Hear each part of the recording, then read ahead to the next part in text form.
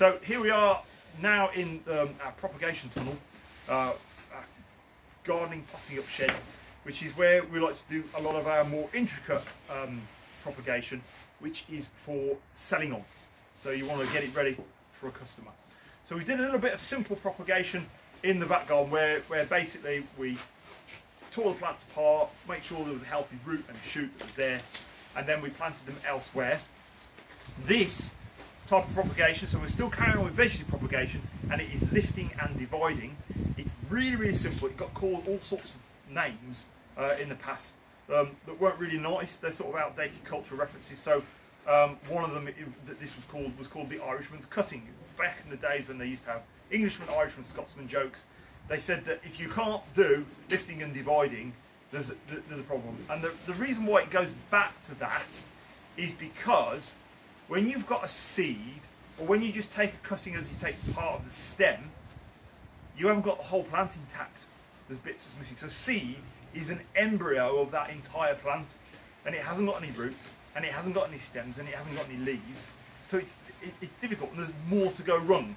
And just as much as if you took like a stem cutting of something, what's missing is the roots. And so getting to the point whereby you've got those roots is always a bit tricky. But the great thing about this is we have everything intact. So it's all there. We've got the roots and we've got the shoots. Roots and shoots, they're all there intact. And what we're looking at, we're looking to see whether it looks healthy. And what the great thing about this one, mint's dead easy. We've got lovely white root shoots there. They're not brown, they're not sort of dry, they're not sort of crackling up. They're lovely, they feel healthy, they feel moist. And also we've got lots of shoots that are coming up for next year. Obviously don't worry about these. All this is dying back, yeah? These are the healthy shoots in this crown that we've got there. So, but we have got weeds that are there, and this is what you've got to be careful of with division. Anything that you don't want to divide, take it away now. Otherwise, if you leave the weeds in there, you will be propagating weeds, which is inefficient and looks a bit silly. Yeah. What did you manage to grow? I managed to grow 20 weeds. That's not what we're about here. We were trying to be professional. Okay. So what we're going to do here with this is a lot of this foliage here that's getting in the way. So I'm going to get my secateurs out. We don't need this. Obviously it's mint. I'm going to dry it out. You know, drying out your herbs is a great way. I mean, I know fresh herbs are ace. You know, it's really good to have fresh herbs. But if you can dry out your herbs, it makes them a lot more potent. Yeah. So if you're cooking with them, they add more intense flavours. So to dry them out is really great. I've got the stems there, and you know we'll shred those. And the easiest way to dry out herbs is to get an old sieve, put them on the sieve. You know, spread them out onto sieves, cut them up a bit smaller, hang them up, and leave them to dry somewhere. And if you hang them up in your kitchen, you'll get lots of nice smells and aromas in there. And then eventually you can process them, break them down, and use them in cookery or however you want to use them. So again, we've got lots of weeds that are here. We're going to try and take these out as much as we can because we don't want to propagate this grass. You can see me there, I'm pulling it out, trying to get as much of the root out intact as possible. A lot of the weeds that you see this time of year are perennial weeds, so you've got to get them out by the root. Otherwise they're just going to stay in there and keep going.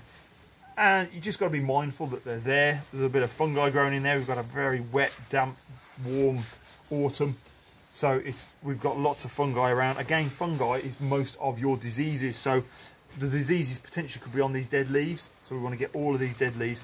So it's a matter of cleaning this up as much as we possibly can and getting rid of all of the dead bits that we don't want. And now this already has shown a natural break. So there we go. It comes away. We have got something ready to propagate. It's there. It's intact. The key to vegetative propagation, particularly when you're going on a production level where you want to make money out of it, is to get consistent sizes. And the most consistent size is the root.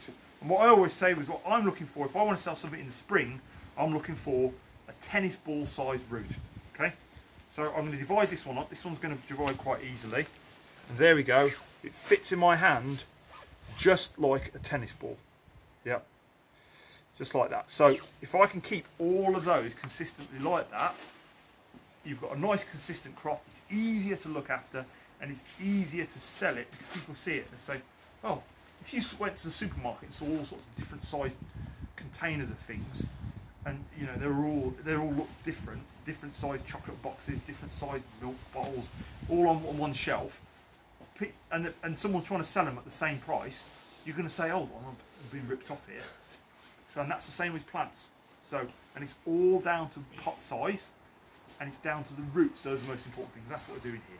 And as we can see here, we've got some nice healthy shoots. You can see some new leaves that are coming on there, and these lovely white thick roots are here. They've got lovely fibrous roots there. It's alive. It's a good healthy specimen.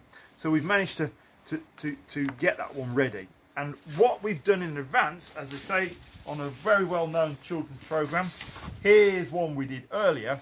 I've got the compost that's been prepared, and what we've done is you can take your normal garden compost for this. So because these are plants that have been grown in the garden, they're used to it. You haven't got to get them to adapt to new things. It's not like a nursery where you've grown something specifically from in one type of compost. They've been grown in garden soil. I've got normal garden compost. You know, it's a well-rotted cardboard, grass cuttings, wood chip, at least 3 years old. And all we've done for one wheelbarrow, we're going to make some multi-purpose potting up compost for these. For one wheelbarrow, which is about 70 or 80 litres, we've added a cup full of lime and a cup full of ash. We've then mixed it in and sieved it, and that's created a really cheap compost. If you're buying extremely cheap compost from the supermarket, I would suggest that's what you do to it to make it really good and viable, and you pretty much made it like Levingtons. Okay, and so all I need is I've managed to get hold of some recycled pots. I've gone for a 2 litre size, and we're going to keep it consistent.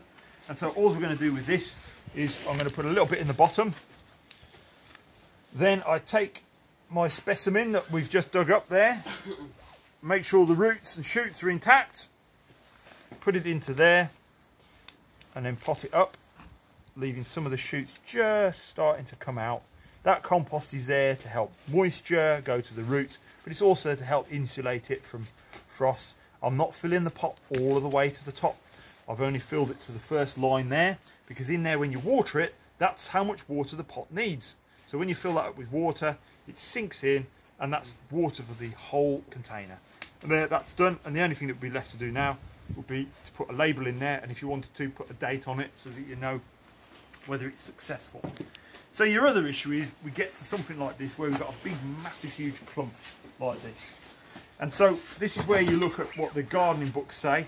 So some of them say basically you get 2 forks like so, and you put them in like that, and it's all about the leverage. So I'm doing this with, for the camera, with hand fork so that you can see.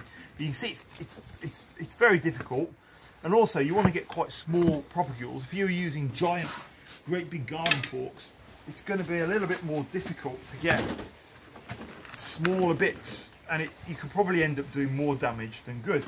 So John's top tip, nobody else's, you heard this here at Roots to Fruit, my top tip is start looking instead at your clump. Get an old saw. Yeah, this one's no good, it got blunt, I didn't chuck it away. This is for going through. Don't use a new saw that's nice and sharp, or you know, borrowing someone's you know, a carpenter's, you know, best saw. It's an old saw, it's gone blunt, and look how much easier that was. So there we go, we've halved that clump, and what we've got to start doing is working our way through it. So obviously you've got to be careful when you're putting your hand in there. It's an unusual situation. It's not like you're sawing a piece of wood, you're actually sawing soil. So it's an unusual situation, so just be careful, it might just jump and go across your hand. And so what I'm doing is I'm working my way through, and what am I looking for? Well, I'm looking for those tennis ball size propagules, and as you can see there, we've got that there. It's nice tennis ball size. Remember, it's all about consistency. These are lovely multi-purpose compost. Put a little bit in the bottom, make sure that the stems are just sticking out, pot it on.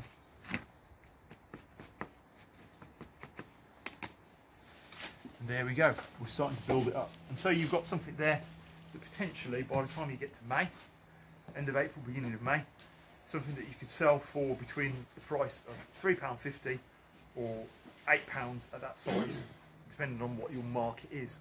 But for something that you were going to chuck away, or have to put back on the compost heap because the perennial had got too big, or for the sake of creating some stock beds like that, you can create yourself quite a nice little income on the side. And then you could do this if you're in a gardening business on a wet day. Yeah, you can come inside, do this on a wet day, and it's just a matter of keeping them watered and keeping them alive, and then going to a car boot sale or going around and see who wants to buy them, and being able to sell them. Or if you've got other customers and say, oh, I'd like some mint. Oh yeah, I've got some mint here, it's going to cost you £4.50. You're creating something that you can float back in the market that actually was a piece of waste or something that was going to be thrown away. As far as keeping them going, the ideal is don't let the roots freeze. So if you can pack them in straw, put them in a, you can put them in a bed like this, cover them over with fleece, those pallet collars that you've seen there. Put them into wood chip, and also don't let them dry out, particularly when they start growing in the spring and early summer. And so just to go back over what we've said, cut back all of the foliage so it doesn't get in the way. If you can break things off with your hand and you can feel for it, you want a nice consistent sized clump about the size of a tennis ball, which is what we're doing here for this size pot. Be consistent and try and keep that size the same. If you're struggling to get it apart, 2 forks will help, but if not, something like a saw is a much more controlled, safer and better way of cutting through. The compost, again, it's got some lime, it's got some wood ash in. This time of the year in the autumn, we don't need to put any fertiliser in because it will just get washed through and leached away and will be a waste. But that's just normal garden compost, and that's 70 to 90 litres with 1 cup of ash and 1 cup of lime in there. That's chalk, that's garden chalk, garden lime.